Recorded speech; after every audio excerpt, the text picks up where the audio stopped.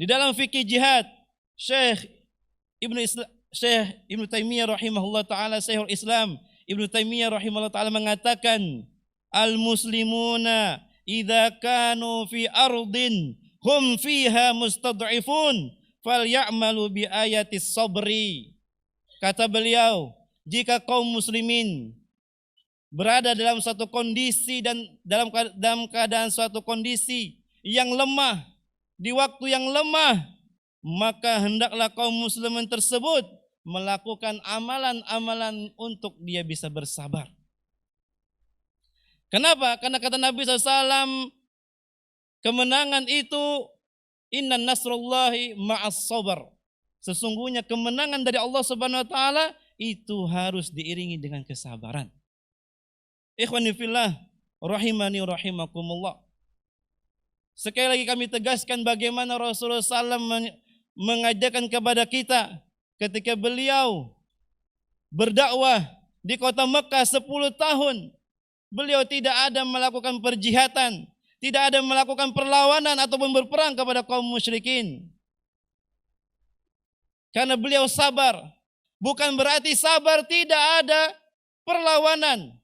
Akan tetapi ketika kita dalam keadaan kesabaran tersebut, kita berjihad dengan cara yang lain, yaitu dengan cara berdakwah kepada Allah Subhanahu wa taala, mengajarkan umat untuk bertauhid kepada Allah Subhanahu wa taala sebagaimana yang dilakukan oleh Rasulullah SAW.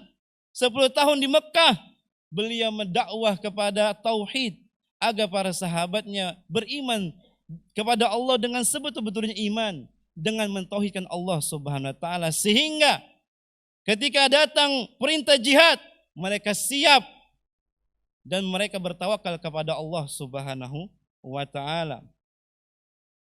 Begitu juga ketika di akhir zaman nanti Nabi SAW menghabarkan bahwasanya Nabi Isa alaihissalam akan turun dan beliau akan menghadapi pasukan Ya'jud wa Ma'jud, yang mana di waktu zaman akhir nanti Ya'jud dan Ma'jud jumlahnya sangat banyak. Dan Allah Subhanahu wa taala tidak memerintahkan Nabi Isa alaihissalam untuk melawan, untuk berperang melawan Ya'jud dan Ma'jud. Akan tapi Allah perintahkan Nabi Isa alaihissalam untuk mendaki gunung At-Tur. Kenapa? Karena waktu itu kaum muslimin dalam keadaan lemah, tidak bisa melawan.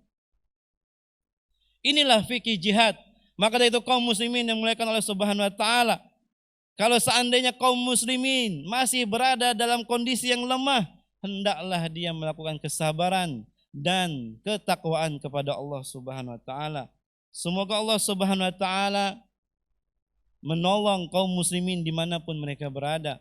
Semoga Allah Subhanahu wa taala melindungi, menjaga dan menolong saudara-saudara kita yang berada di Palestina. Dan semoga Allah Subhanahu wa taala mengampuni dosa-dosa mereka, meninggikan derajat mereka dengan musibah yang menimpa mereka. Dan semoga Allah Subhanahu wa taala menjadikan orang-orang yang gugur berada dalam kematian syahid. Dan semoga Allah Subhanahu wa taala menghancurkan orang-orang Yahudi, Zionis yang pelaku kerusakan di muka bumi. Terima kasih. Jazakumullah khairan wa barakallahu fikum.